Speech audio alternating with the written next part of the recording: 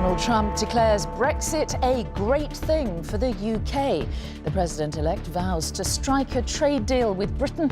Critics say the interview was a puff piece from an admiring fan. Obama said they'll go to the back of the line, meaning if it does happen, and then he had to retract. That was a bad statement. And now we're at the front of the queue. I think you're doing great. Also tonight, Tunisian police are accused of deliberate delays in the terror attack that killed 30 Britons. Political crisis in Northern Ireland. The power-sharing deal collapses, forcing new elections. And Miss Cilla Black. unveiling our Cilla, the life-size tribute outside the Liverpool club where her career began.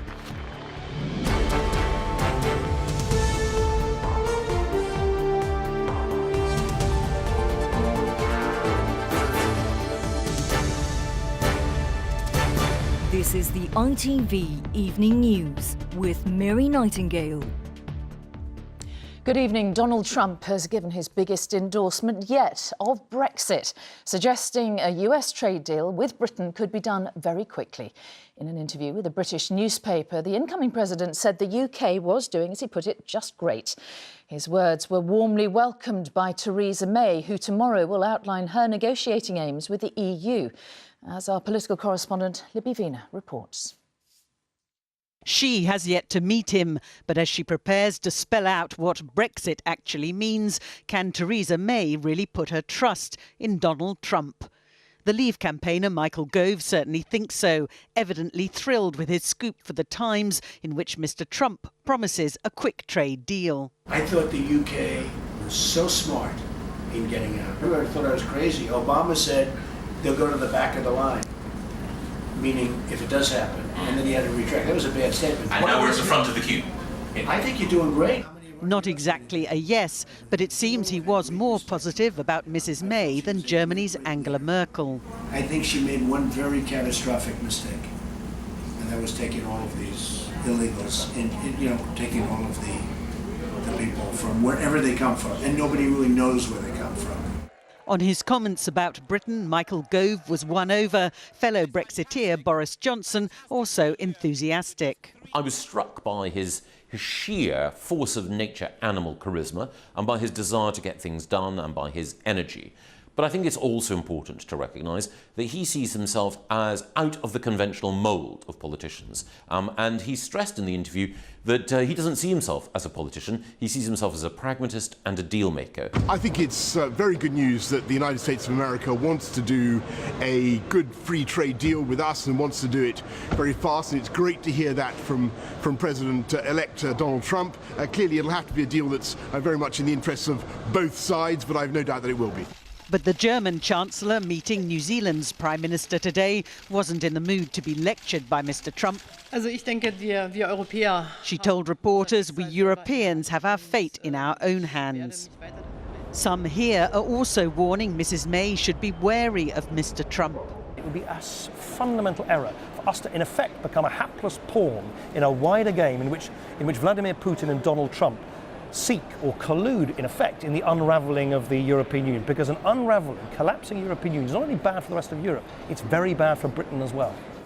But as she loses influence in Brussels, the Prime Minister may feel she has no choice but to rely on friends elsewhere.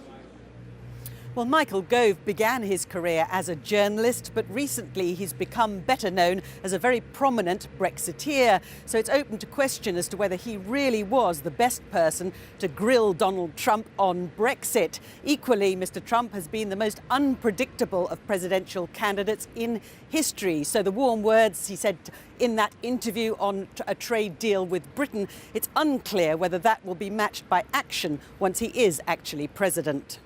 OK, Libby Vina at Westminster, thank you. And our Washington correspondent Robert Moore joins us now. And Robert, it wasn't just the President-elect's comments on Brexit, was it, that really caused a stir? No, I mean, understandably, those Brexit comments may be the talk of the town in Westminster, but this interview also contained comments that to many people are more puzzling and, frankly, more disturbing as well. For example, the President-elect was asked whether he trusted Vladimir Putin or Angela Merkel more, and his response was he trusted them equally. Now that's caused, as you might imagine, some distress in Berlin, the German Chancellor implying that Europe may have to go its own way in some areas. As she put it, we Europeans have our destiny in our hands. The President-elect also once more described NATO as obsolete. And to that, the German Foreign Minister said the Western alliance was in a state of astonishment and agitation over those comments. I think the bottom line, Mary, is this. We're only 100 hours, less than 100 hours now away from the inauguration. And in many ways, certainly overseas, the anxiety, the alarm, the concern about this future president's agenda and his personality are only growing. Robert Moore in Washington, thank you. And on Friday, ITV News will have special coverage from the United States. Join Tom Bradby from 4 p.m. for President Trump, the inauguration. Plus, on our website right now, find out all about the events taking place in Washington. Tunisian authorities deliberately delayed their response to the gunman who killed 30 British tourists in Sousse. An inquest heard today. The Britons were among 38 holidaymakers shot dead in the terrorist attack in June 2015. Today, as a hearing opened into how they died, survivors and relatives of those killed held a minute's silence. Neil Connery reports. 30 British tourists lost their lives in the Tunisia beach shootings in June 2015. It was the deadliest terror attack on Britons since the 7th of July London bombings. Today, the victims' families and survivors came to hear the inquests begin. A list of all those killed at Sousse was read out, and then a minute's silence was held in their memory. Previously unseen CCTV of the attack was shown. This was the Islamist gunman Saifuddin Rezgui being dropped off by an unknown accomplice. He appears to take a parasol, thought to be hiding his automatic weapon. He calmly walks along the shoreline in front of the Imperial Hotel. As he opens fire, tourists enjoying the beach have to run for their lives. As he heads towards the hotel, mobile phone footage records the unfolding terror. The inquest heard one Tunisian witness had raised serious questions about the security forces' response that day. Samantha Leak QC said according to that witness, the units that should have intervened in the events deliberately and unjustifiably slowed down to delay their arrival at the hotel. They had the ability to put an end to the attack before the police arrived, but wasted a considerable amount of time in getting to the hotel. The inquest was then shown CCTV from inside the hotel, which captures scores of tourists fleeing to escape the gunman. He's yards behind them, continuing to fire. One of the holidaymakers is shot. Distressing scenes for the victims' families as they looked on in court. Nearly 19 months on, those families hope they'll get answers to whether the Foreign Office and travel companies involved could have done more on the issue of travel warnings to Tunisia before the Sousse attack. Neil Connery, ITV News, at the Tunisia inquests. Northern Ireland has been plunged into a fresh political crisis with the collapse of its government and new elections due within weeks. It was prompted by the resignation of Sinn Féin's Martin McGuinness. The Northern Ireland Secretary, James Brokenshire, tonight warned all sides that much is at stake. From Belfast, here's our correspondent, Peter Smith. As darkness fell over Stormont tonight, Northern Ireland's government has been plunged into its biggest crisis for 15 years. The power-sharing agreement between Sinn Féin and the DUP here has now collapsed, bringing this country's longest-running devolved parliament to a very bitter end. The Northern Ireland Secretary has, in the last hour, called a snap election. I would strongly encourage the political parties to conduct this election with a view to the future of Northern Ireland and re-establishing a partnership government at the earliest opportunity after that poll. It is not bombs or bullets bringing Northern Ireland to an impasse now, but a political scandal. The DUP are blamed for a botched renewable heating scheme that could cost the taxpayer here as much as £500 million. Sinn Féin insist the First Minister, Arlene Foster, must fall on her sword, but she has refused. Northern Ireland does not need, nor does its people want, an election. With the triggering of Article 50 to leave the European Union, a new president in the United States of America, a volatile global economy, now more than ever, Northern Ireland needs stable government. Mrs Forster, are you willing to take up the office of First Minister and to affirm the pledge of office? I am. Deputy First Minister Martin McGuinness resigned in protest a week ago, and Sinn Féin had until 5 p.m. today to nominate his replacement. But the party declined, calling it a matter of principle. Sinn Féin and Martin McGuinness have stretched ourselves to the very limits to try and keep these institutions working. Unfortunately, they have been let down by the behaviour of the DUP, by the imposition of Tory policies and by the inaction of the Irish government. It is just 8 months since Arlene Foster and Martin McGuinness shook hands on a power-sharing agreement. The Prime Minister today called them personally, appealing for a compromise, but to no avail. Now these rivals could fight the most bitter election campaign Northern Ireland has seen since the peace agreement, with fears both sides will now sound the old drumbeat of sectarian politics, appealing to divisions that have never really gone away.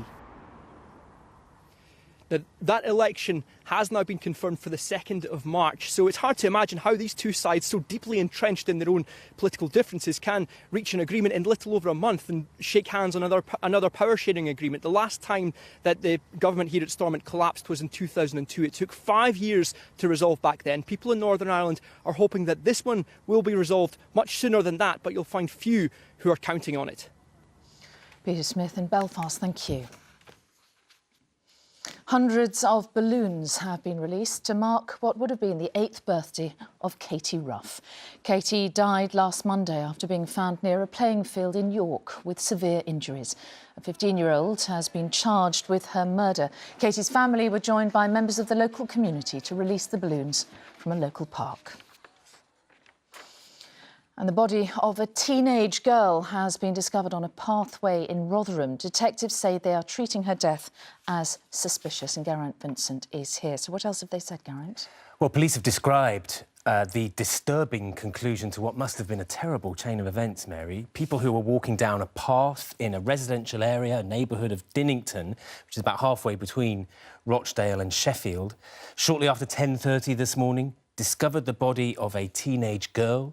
She's thought to be 16 years old. Police say they are treating the death as suspicious. That is, they believe somebody else may have been involved in the girl's death because of the nature of the girl's injuries. And here's what one of the superintendents involved in the inquiry had to say about that discovery earlier on today. There are concerns around the state of the body and injuries. I'm not able to provide detail on that because we're, as I said, very early stage of the investigation, so all of those need to be confirmed. Now, the police have deployed extra patrols in the neighbourhood to try to reassure the local community, but their first priority, of course, is to try and find out who this girl is. They say they got a report of a missing person 20 minutes before the body was found, but they have not, they say, yet been able formally to identify her, so they are calling for anybody with any information to get in touch with them as soon as they can. All right, Geraint, thank you. Still to come here on the ITV Evening News. 5 hurt when 2 houses are destroyed in an explosion in Greater Manchester. And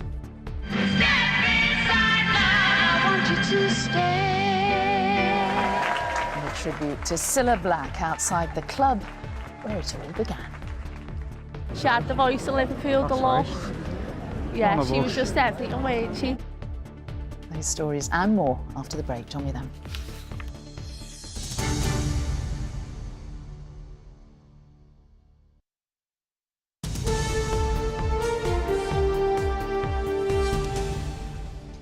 Hello and welcome back. 2 people have been seriously injured and 3 others hurt in a house explosion in Blakely in Manchester. The blast happened at lunchtime, destroying one house.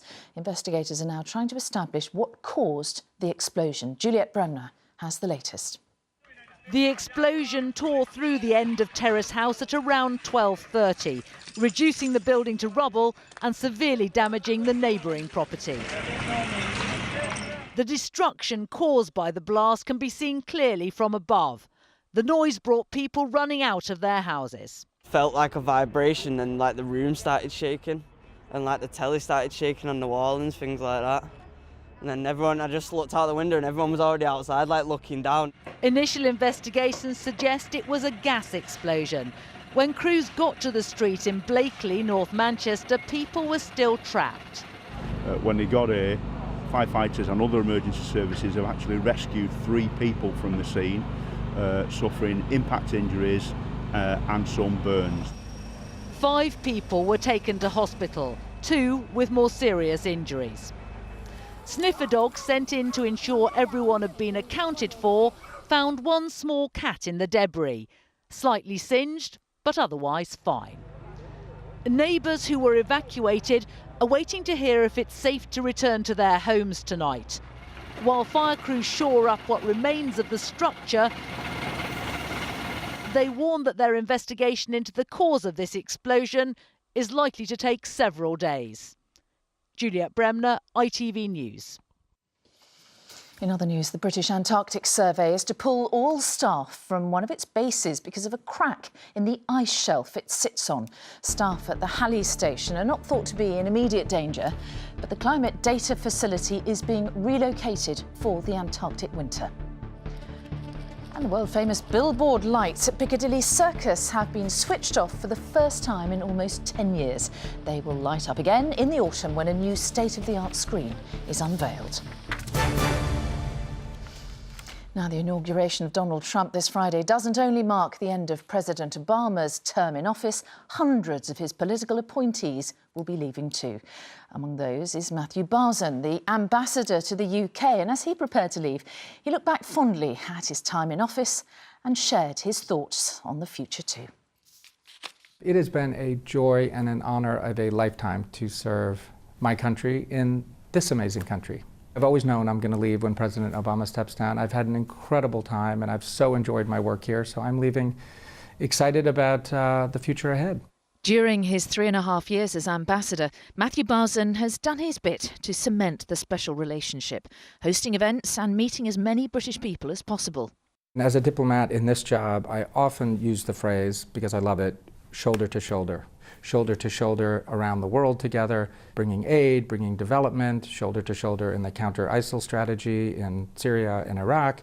And here we are, literally shoulder to shoulder, and I love that. That image, I think, is the most liked from our Facebook account. What's going on here? That is a backdrop at our 4th of July party, our Independence Day party. We get great British friends to come. We had, I think, 4,600 people in our backyard. And we had Bastille play, and we had Squeeze play, and we had Duran Duran. So it was an amazing celebration of music. You know, back in the day when you and I were younger, it would be cigarette lighters people would hold up during the slow songs, and now it is illuminated smartphones. Yeah. So same spirit, different technology. I love this image. This is President Obama at a town hall. His sleeves are rolled up, which I love, sort of getting to work. And a young woman asked President Obama how she can and how they all can affect the kind of change they believe in. And in answer to that question, he said, it was one of my favorite moments of my time here, he said, you know what, we ought to all be predisposed to see the power in other people. You are a huge supporter of Barack Obama. We know that. You were part of his campaigning team. You go home to a United States that is going to be under Donald Trump. How are you feeling about that? Well, it's tricky for me because I, of course, like you and like everyone watching, has their personal politics. But there's a really important tradition in both of our countries of diplomats not being partisan, without getting political and without going out on much of a limb. I mean, he certainly will be different from President Obama in style and in substance. I think that's clear. I think everyone knows that. I have huge faith in the American people. I have a huge faith in our institutions, all these amazing people who serve our country around the world and back home, that they're going to keep doing the great work they do. Matthew Barzan there, the outgoing US ambassador to the UK. Now, Andy Murray has won his first Grand Slam match since becoming world #1. The Scot beat the Ukrainian Ilya Marchenko in the first round of the Australian Open this morning. He is attempting to win the tournament for the first time, having previously lost 5 times in the final. And finally tonight, the lasting tribute to Cilla Black at the famous Liverpool club where she first found fame. A new statue of the singer was unveiled outside the Cavern Club, watched by her 3 sons and hundreds of her fans, as Damon Green reports. Ladies and gentlemen, Miss Cilla Black. Outside the club where she made her name, in the city that launched her career, a tribute to one of Liverpool's favourite daughters. They packed the street outside the Cavern Club to see the statue unveiled, and they loved it. It was a voice for Cilla. It was just Liverpool all over. Yeah. She had the voice of Liverpool, the look. Right. Yeah, she was just everything, wasn't she? One of us, wasn't she? Yeah. Exactly. Scouser. That's it.